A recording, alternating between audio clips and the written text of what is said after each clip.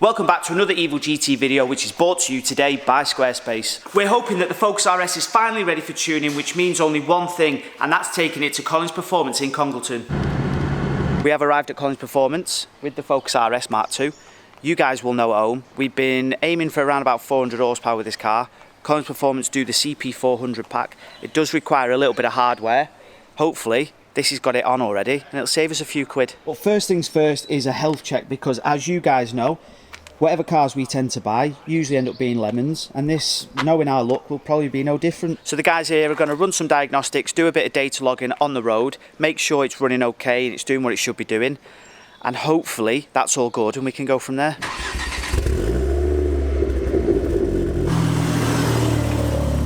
We've had a little bit of good news. The only code in the history on this car is the decat. I'll take that all day. So obviously the car is decatted. I say obviously like I knew that. I mean, it sounds like it's decatted, let's be honest. But the car was obviously upset the fact that it is decatted, which tells us it's probably running a factory map, standard map, or maybe a very basic map. But generally speaking, you would map the cat out. This one hasn't been. It's got no cat, and it's having a bit of a wobble about it, but that's it.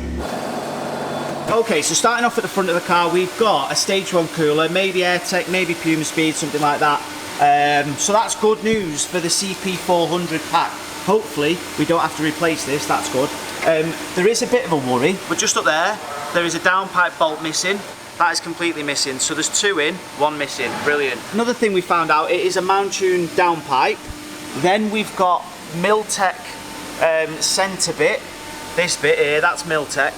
Then we've got a Mongoose back box. The only problem with this Mongoose back box is that it's been butchered to fit when it didn't need to be. So brackets up there, that bracket has been cut off there, and they've used this one, but actually it's sat too far that way.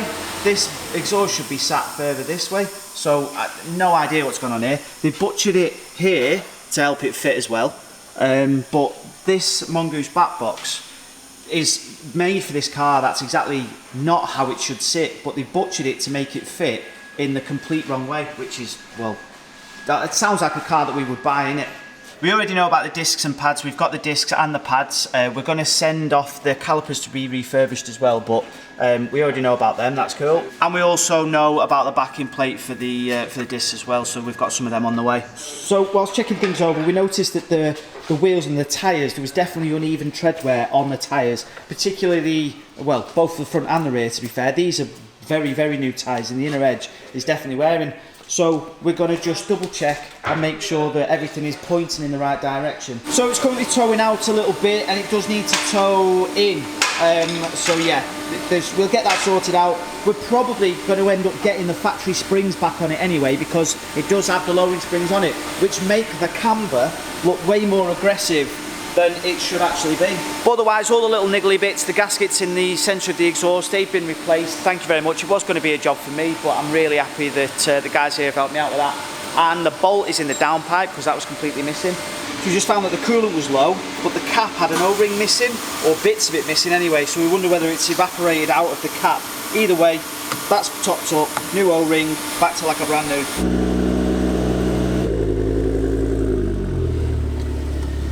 Now before we get any further, I need to tell you about today's sponsor, Squarespace. From websites and online stores to marketing tools and analytics, Squarespace really is the #1 platform to help you run your business. And they have made it super easy for anybody to create their own website. Now Squarespace offer loads of different website templates for you to choose from. Once you've found the one you want, simply edit the text, add your own images and logos, and create exactly what you want. If you're looking to grow and engage your audience, then the built-in email campaigns are the perfect tool to do exactly that. Create powerful email content that matches your website with your existing product, blog posts and logo, so your messaging is consistent and effective. And if that, along with all the other inbuilt tools, aren't enough, you can see exactly what your website would look like on a mobile device. So when you're ready to start creating your own amazing website, make sure you check out the link in the description box below and use code EvilGT for your 10% off. So now everything's pretty much been checked. There's still loads that I need to do, oil change, brakes, that kind of thing, but it is safe enough to go out and do a road test on, a bit of data logging. So I'm going to see if I can jump in and see what that's all about. Right, we've got some really interesting news here. This car's making nearly 6 bar of fuel pressure, which means it's got the Mountune fuel pump And does that mean that we can push it and... A lot further, yeah. Standard fuel pressure is about 3.8 bar, 4 bar. Yeah. And this is currently running 5.7 bar, which means it's definitely got the mount-tuned fuel pump in it. So how much are these fuel pumps? Well, the fuel pumps, in the day, they're about £1,800, and Really? you can't buy them anymore. No way. We actually do a replica of it, or our version of it. Yeah. But even then, they're about 1,200 quid from us. Woo!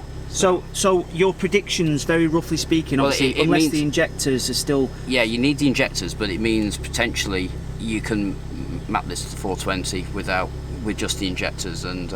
Yes, that's what we like to hear. Perfect. At last, on Evil GT. On Evil GT, there's a little bit of good news there. So I'm coming along for the joyride. I've just been told that it's third gear pull. That's all we really need to do. And that'll give you all the information that you need, all your data logging information. Is that right? That's right, yeah.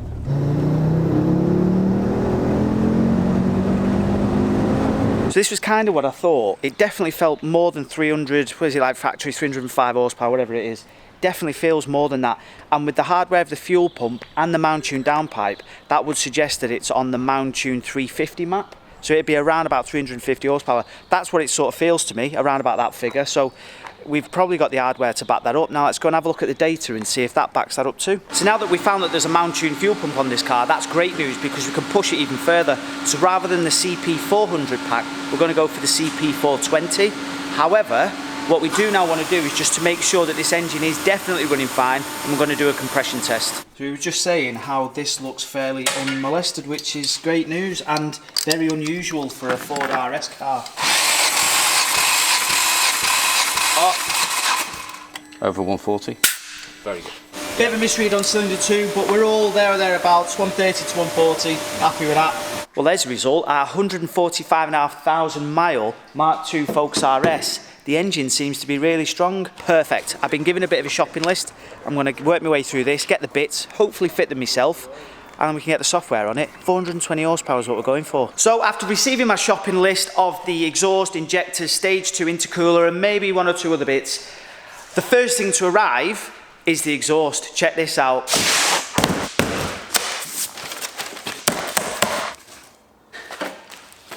So there we go. I have got to say a massive thank you to Scorpion, who have sent me this full turbo back decat system, as we can see laid out on the floor. Doesn't look much there, but when that is on the car, it's going to look and sound incredible. But first, we definitely need to do some sort of before and after.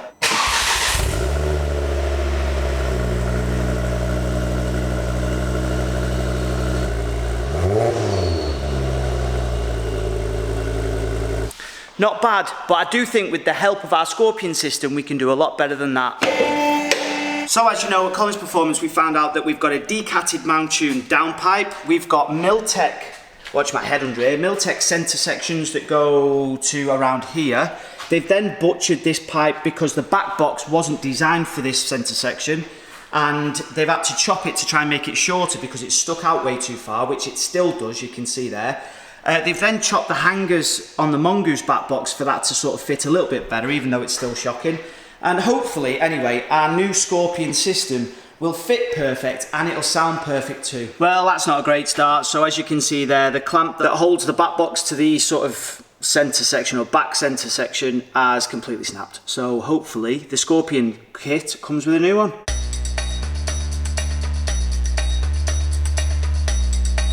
So there we go, the Mongoose back box is off. That was a little bit easier than I thought it was going to be. But as for these hangers, I definitely don't think that these hangers are in the right place, or there's something not quite right. That definitely looks like it's been chopped off on the end there and probably added here somewhere, who knows. Okay, this was the bit that I wasn't particularly looking forward to. The lambda sensors in these can seize really easy and really quickly, so I've just doused it in a bit of lubricating, penetrating oil, and hopefully I'll give it a couple of minutes and fingers crossed we can work this out.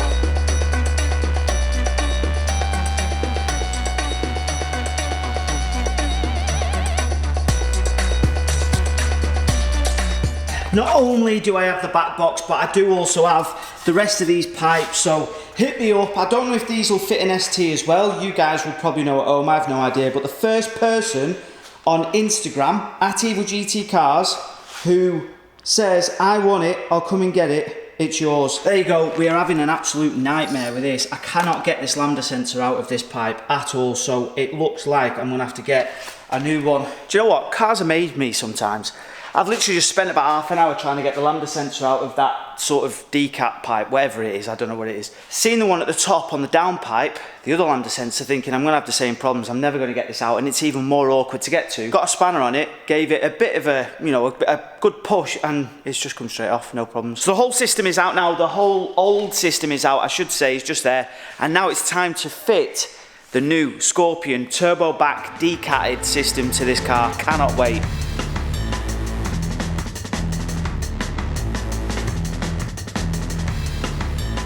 Perfect, downpipe is in. That was, well, what I'm hoping was the toughest bit, because these bushes are so tight to get the actual, you know, the metal bar thing through. Pain in the arse for the bracket.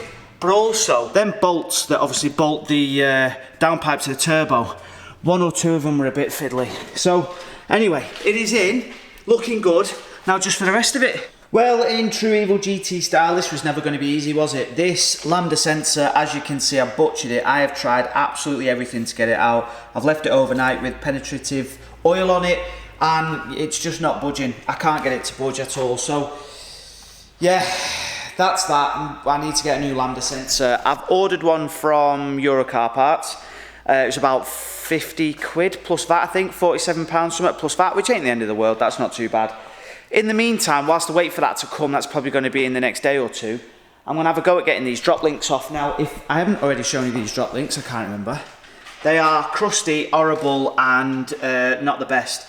Now, you can see the wet. I've doused these already in WD to try and sort of make it a little bit easier to get these bolts off. Hopefully, they're not too difficult. Right, I have had enough of this stupid car now. Everything seems to be a massive job trying to get these drop links off here. And as soon as it gets to the end of the thread with the nut, it literally seizes solid. And obviously the end needs to have an Allen key in it to stop the thread from turning while you undo the bolt, or the nut I should say. But now it's completely seized, I can't get this off. The Allen key bit inside there is just completely rounded off now because it kept coming out.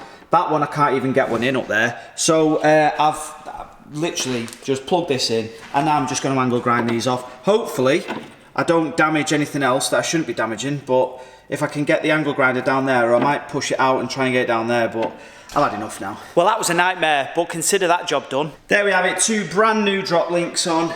Hopefully that sorts out the knocking over the back end, because I know this exhaust wasn't, I mean, you can literally see where they've butchered the anger. Added some onto it, and well, yeah, because the exhaust didn't fit properly.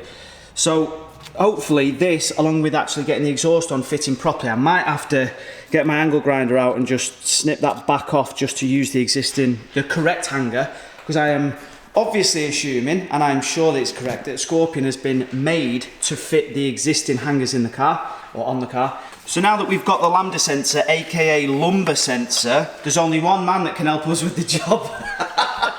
For those who missed that video, go and check it out. I think it was on the Focus ST, not the RS, me mates, but my dad referred to a lambda sensor as his lumbar sensor.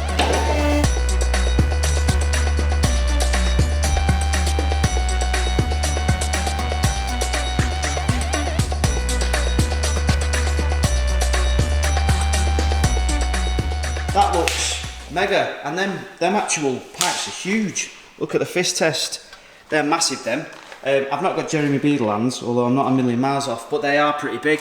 And I think we've got the right amount of sort of gap and space. And I think they're sticking out about the same both sides. But that, for me, straight away looks miles better. I like the upswept, it's a bit old school that, it's a bit like old school Max Power. The upswept design of them pipes, mint. And I've got a visitor who's going to be able to hear it. Well, there's this one here. I've got me 2 dads here. Is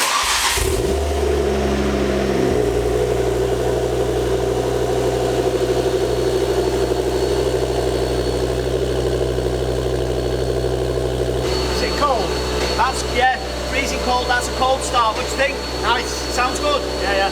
Can you rev it?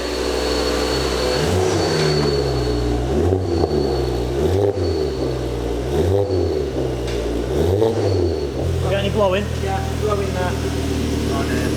Blowing? It is? Yeah. Where from? Is that certificate back? Don't worry, your real dad's fixed it for you. Is he sorting it out? Yeah. The apprentice. One job you were given. One job. Behave.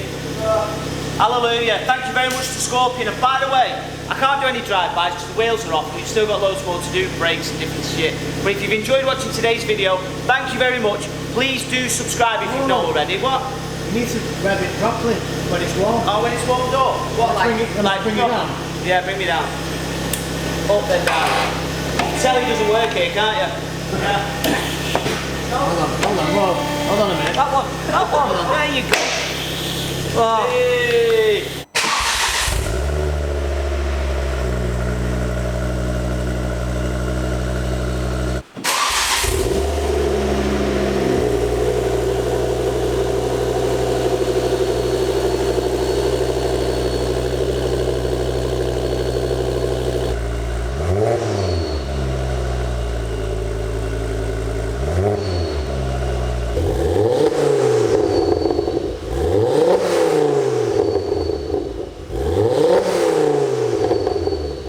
Nice, that. Happy with that? Do you know what it sounds like? What? Nice. Well, listen, if you've enjoyed today's video, thank you very much. There's still loads to do on this car, brakes and tuning, obviously, injectors, intake, injectors, intercooler, tuning, cause performance. But if you have enjoyed today's video, thank you very much. Please do consider, don't consider, just go and do it. Just go and subscribe, hit the bell, hit the like, and I'll catch you on the next one.